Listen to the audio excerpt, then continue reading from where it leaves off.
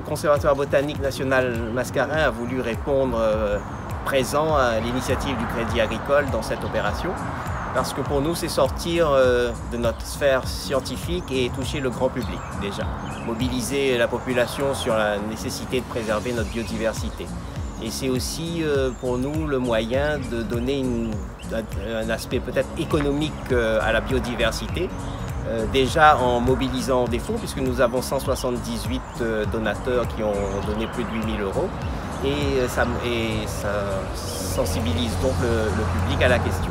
Notre rôle a été de fournir les plans et puis avec cet argent financer des associations en matériel de manière à pouvoir préserver l'entretien du site, des plantes, l'arrosage, etc. Je voudrais surtout insister sur le caractère durable de cette démarche du Crédit Agricole. Cette démarche s'inscrit dans le cadre de notre projet entreprise. Et l'objectif est surtout de montrer, et on l'a démontré, la capacité à prendre des initiatives, à mobiliser les populations, les différents acteurs, associations, et à fédérer ces associations pour justement faire en sorte que ce type d'initiative puisse avoir lieu. Et le caractère durable, c'est aussi le fait qu'au niveau du Crédit Agricole, nous avons donc un relais qui va être pris en interne de façon structurelle par un département RSE sur ce type d'initiative, et on aura d'autres initiatives dans le futur de ce type-là. Oui, alors l'association a rejoint avec beaucoup de plaisir l'opération qui est montée par le Crédit Agricole, le Conseil départemental et le Conservatoire botanique des Mascarins.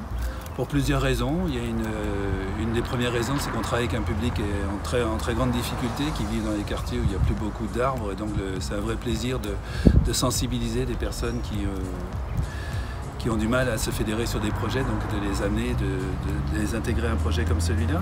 Donc on travaille ensemble, on travaille la terre est aussi très abîmée en elle-même, donc c'est tout un cheminement que nous prenons là, qui avancerait positivement ce matin, puisqu'on est près d'une centaine là.